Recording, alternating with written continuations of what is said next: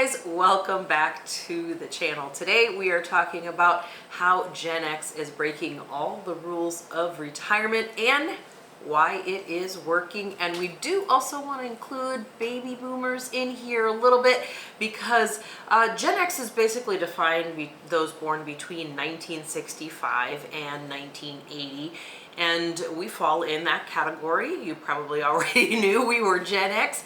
And there are actually some baby boomers that are getting in on this too. And let's jump into this and kind of get into this discussion. Yeah, we're pretty happy to be doing this. And the reason there's been several major shifts in retirement over the last 30 years, let's just start with the first one, the obvious one, is that pensions have gone away, and that was a huge staple of retirement for years and years and years. And to our generation and those after us, those are pretty much gone. The second thing, though, that people didn't expect to happen was that the internet came along, and as Gen Xers, we are really the first generation to have had internet our entire adult life, and that has been huge. Yes, because the internet kind of came along just as we were becoming adults, so we've had involvement with it from the beginning, and we kind of learned as we were going along, and it really has been amazing to be a part of it from the very beginning because it's a part of our conversation now as opposed to not having been a part of it from the very beginning as a part of your, early adult life, and just kind of being a little bit, apprehensive about it. Yeah, we still have that perspective though. We remember what it was like pre-internet. We remember when you had to use a travel agent. You couldn't look things up for yourself. We remember driving up to hotels and walking in and asking them how much it was with our parents when we were on vacations as kids. You probably remember that too. It seems so foreign. Our kids would never even dream of that even happening. So it is a great place to be perspective-wise. But the thing about this is that the system has changed.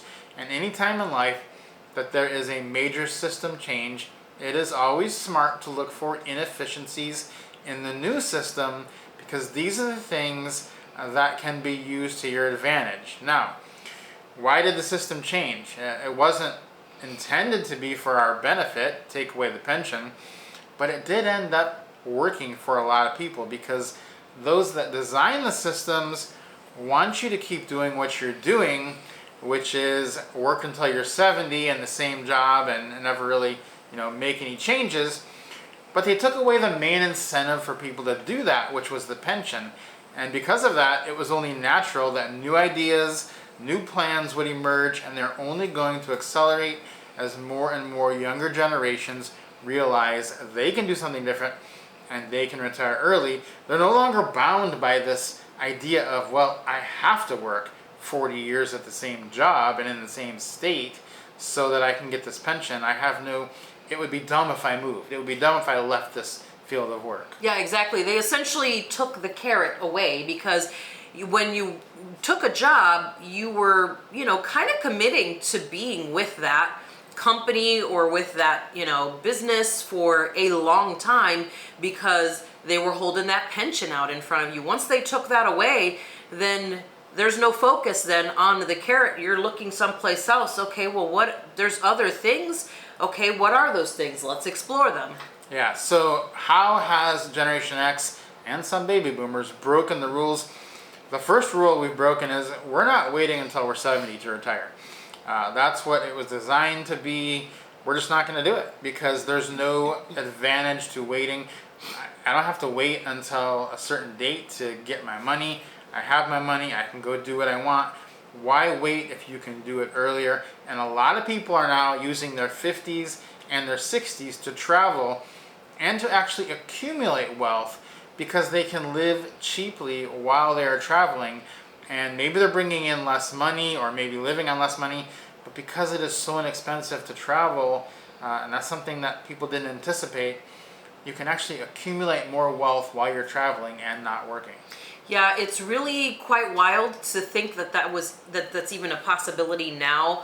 We wouldn't have thought of something like this, like when we were in high school, that something like this was a possibility. I mean, these were countries you read about and studied in class, and then to turn around and think to yourself, whoa, like we could actually go there, and not just go there when we retire, but also, live for less and be able to accumulate some of the money that we made along the way and not spend it all at once, by traveling abroad. Next rule that's being broken is that people are willing to live off of less, and this is evident in how much they're saying they need to save.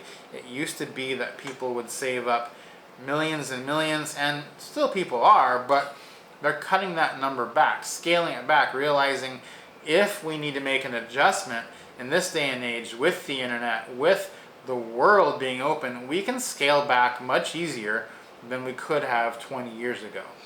Yeah, it is. There's really a lot of opportunity to scale back because there are things that make life easier for us, and you don't have to spend as much on stuff because there's actually things that will help you to keep costs down. And again, traveling abroad, you find that you can spend less, that you don't have to spend as much. Even if you're staying at home in the US or, in a Western country, you will find that it's harder to accumulate and to live on less because there's just so many opportunities to spend more than there are in other places, and you find yourself saying, "Oh, I'm gonna, not spend as much." The next one is that retirees are not staying put. So this used to be a big thing. You would be born in a state, in a city, you would go to high school there, you would live your whole life, and that's where you would retire. And we don't see that as much anymore. People are much more transient. Internet has really opened this up. We're seeing the differences, the vast differences in parts of the countries. People are moving because there's advantages financially. They're cashing out of one state and moving to another state. If you have a house in California, you sell that house, you say to yourself, I could take the equity in this house and go buy 2 houses in Indiana. And people are doing that because they realize, look, if we just move states, I could retire now. And the same thing is true of countries. And so people are doing that. They're just saying, look, I have no tie to this state because my family is here, but I don't have to work here. I don't have to stay here. I can move somewhere else. And, I remember growing up, a lot of people that we knew had state pensions, and they could not leave that state. And that's just not the case anymore. So people are much more transient. Yeah, absolutely. And, remember going back to when we were going through with guidance counselors and stuff in high school, right? They'd ask you oh, what do you want to do? I think a big dream of many teenage boys was to be a video game, player.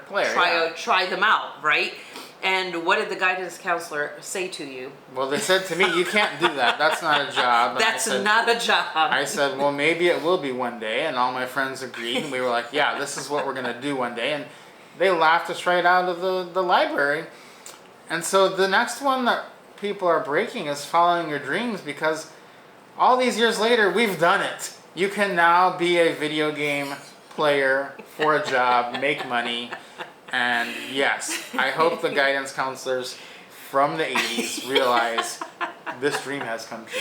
Yeah, let us know if you were a guidance counselor in the 80s in high school in Michigan or in Florida. Yeah, it's exciting though, because the next one they're breaking is following your dreams. You don't have to just do the jobs that were set out before you anymore. You can literally make money doing anything. And the way we're talking about making money playing video games, of course, is playing them on YouTube, and people make a living just having people watch them play games on YouTube and services like that. So it's amazing. We followed our dreams to travel, and we've started these YouTube channels, and that's how we make a lot of extra money that we're investing for our retirement. So it can work. It's working for millions and millions of people. If that's you and you're interested in that, we do have a course on doing YouTube. Description for that link for that is in the description. It is simply amazing to finally follow your dreams and make money doing something you've always wanted to do. Yeah, I think it's so interesting that the doors are wide open. I mean, the internet just flung open the doors for people to be able to do what they wanted. I mean, there's people who are, not just doing, YouTube channels about travel, but doing YouTube channels about lots of different things that they're interested, that they love, that they have a passion for, pottery, cooking, crocheting, sewing, painting, all kinds of stuff. And people are watching it and they are interested because there's other people who are interested in those things too. And it's kind of amazing that you can indeed now make a living doing something that you love and that you're totally interested in. And it doesn't even have to be making a living, because maybe the intent is not to do that. Maybe it's just to share it with other people by doing the YouTube videos, but then you start making money and then you start making a lot of money and you're like, all right, I got to do something with this now. Yeah, and so we do have a community with our course that is for people, 40 and over, where there's people in there sharing their ideas, getting help, supporting one another. So that's awesome. That's included if you're in the course. So jump in there and take a look if you're interested. The next one is rule that we're breaking is people are working for themselves. Not falling into that trap of working for a pension and using a lot of years of their life doing something they never really wanted to do in the first place. Like you said earlier, that carrot is gone. That is actually a good thing. And that's what's blown this wide open, because the effect I don't think was anticipated, that people would just kind of, well, if there's no pension, I'm going to go do whatever I want to do then, because why would I do this? And so you do see tons of people just working for themselves.